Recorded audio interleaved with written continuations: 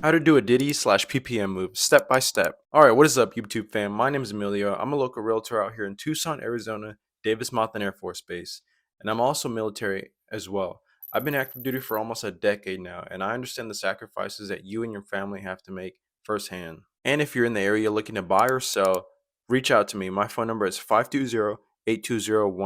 It's going to be on here. Pause it and take a screenshot of it. Or if you prefer a one-on-one call, my link is down below, my Calendly link. So just book a call in there whenever's convenient for you, and then we'll chat and then see if we're a right fit for each other. And if you're moving to another state or base, reach out to me and I can connect you with a proven agent that knows how to help military members just like you. Alright, how to do a DITY slash PPM move step by step. Now you might be asking yourself, Emilio, why in the world would I want to do a PPM or even a partial PPM move when PCSing is already beyond stressful? And this is true, especially if you have kids or pets, because I've dealt firsthand with all that stuff, and flying with a pregnant wife is not it. But if you're willing to do just a little bit more work and a little more planning, then it can literally pay out for you in the end. So first, let's go over some things. Formerly known as a DITY move, do-it-yourself move, now it's known as a PPM or Personally Procured Move. Now this is essentially where you tell the military not to move your stuff and you're going to be taking care of it all yourself. Or a partial PPM, where you tell the military to move some of your stuff and you take care of the rest. Now, this can apply to you if you're PCSing, or if you're also separating, retiring, or if you're just enlisting,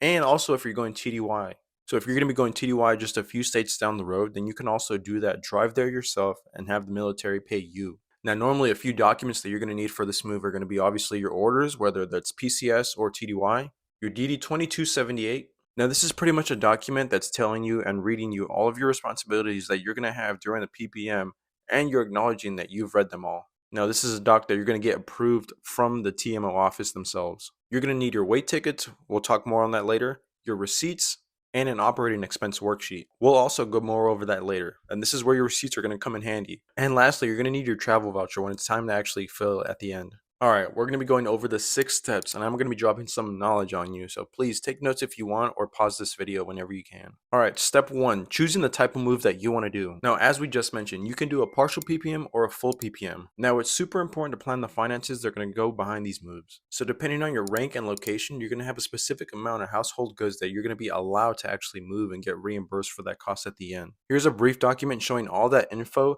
that I'm also going to link it below in the video. Now, as I briefly talked about earlier, why in the world would you want to do this? And the reason is, if you're able to do all your expenses and all your move completely by yourself under the amount that you're going to be allowed by the government, then all that money that you have left over is going to be kept in your pocket, meaning that that profit is all going to be for you. Now keep in mind that at the end of the tax year, that stuff is actually going to be taxable. So this is where you play it smart and deduct all your operating expenses and every single cost that you have during that move. Now I say to keep track of all the costs, but some of the stuff is not going to be reimbursable.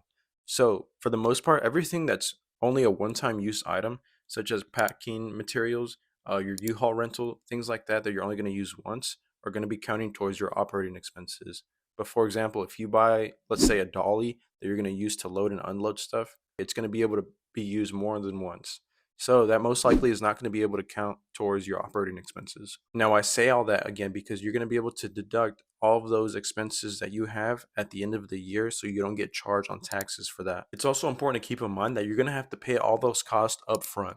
So if you're not in a good financial position to have all that stuff paid, then you might want to reconsider what type of PPM you do. Now, I have heard of some people getting a pay advance, but remember, you're going to have to pay that money back regardless. It's not just free money that the government gives out to you. So please, please, please do a budget and list out every single cost that you're going to have based off of the type of PPM you're going to do, and then look at how much you're going to be getting paid at the end of the move and deduct those two to see if you're going to come out on top, and give yourself some wiggle room too. So for example, just a few ways that people do their PPM is one by U-Haul. You either rent a truck or just a small trailer that you load your stuff in and go over to your next duty station.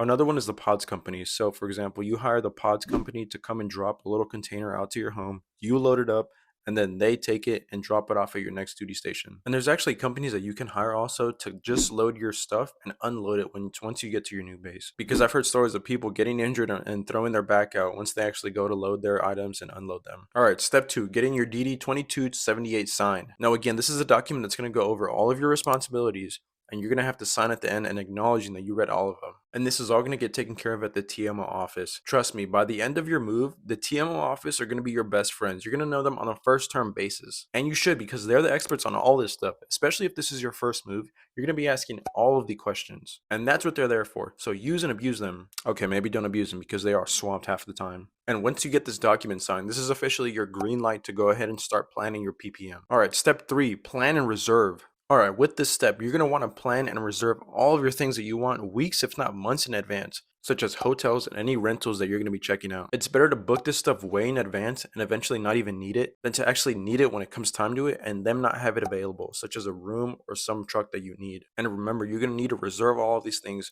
way in advance for before you leave your station, during the trip, and after once you've done, such as your hotels at your next duty station. And also, quick tip, before you actually leave, I highly recommend for you to join all of the local Facebook pages at your next base. Sure, you might have to skim through some drama, but there's going to be some good information that you might be able to get. And you might have a good feel for the next base that you're going to be at before you even get there. And also YouTube, I highly recommend that. There's a lot of other military members that have their own YouTube channel for just the base that you're going at. So check those out if there are any. All right, step 4, getting your vehicles weighed. So whether you're using a POV, which is a personally owned vehicle, or a U-Haul or some other truck like that, you're going to be wanting to get that vehicle weighed before you load it up and then afterwards. Your local TMO office is going to have locations as to where you can find a scale like that. There might be some on base or some commercial ones off base that you're going to be able to go to.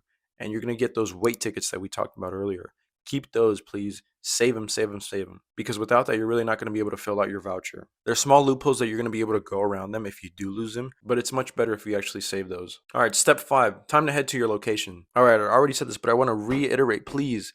Keep your receipts, and that's for everything. All the restaurants that you go, and especially for your high ticket items like your gas and your hotels. You're going to run into some issues once it actually comes down to filling out your voucher at the end. And I highly recommend, I do this all the time when I PCS, deploy, or TDY, but having a folder, if not a whole binder, dedicated to that move. Now here you're going to keep things like your orders, whether they're TDY or deploying, things like your receipts. You want to keep all of those in there. If not, you also can take a picture of them through some app. There's many apps that you can use out there, but there's some that you can scan and then it'll save it on your phone. That's basically kind of a backup that I use. And oftentimes you can have the companies send you an email of the receipt. And then you can also create a digital file on your phone. And this is really why I created this step, because it's so crucial for you to keep track of all that stuff during your actual move. All right, step 6, fill out your voucher and get paid. All right, before the step, again, my name is Emilio. I'm a local realtor out here in Tucson, Arizona, Davis Mountain Air Force Base.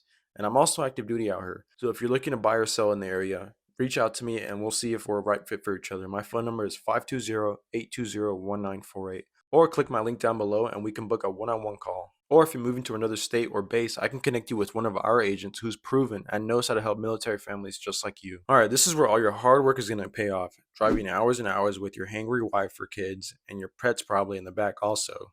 And this is the time where you're going to settle in and then go to your finance office and fill out that voucher. Now remember, if you played your numbers right, this is where you're going to be able to make some good money. I know people who have made thousands doing this. So if you keep track of all that stuff, then you're going to be able to get some good change after they reimburse you. And you're going to have about 45 days to fill out your voucher. But get with your local finance office to double check with that. And you all know the saying, hurry up and wait. So it might be a few days or even weeks before you get that money. All right, and before I let you go, I wanted to give you some other tips as well. I knew I threw in some stuff about the Facebook pages, but those can also be really helpful when it comes time to actually pack your stuff. Oftentimes you can see people getting rid of their boxes and wrapping paper that actually just got to the base that you're leaving. And those people are just giving that stuff out for free. So that's another expense that you don't have to worry about if you're able to pick those up just from a neighbor. And then also keep in mind that you're going to be entitled to per diem and mileage on your actual trip. All right, I know I just hit you with a lot of information, so if you have any questions, please drop a comment and I'd be glad to get back to you. Or you can also contact your local TMO and finance office. All right, everyone, thanks for watching. Again, my name is Emilio Luna. I'm a local realtor out here in Tucson, and if you need an agent in the area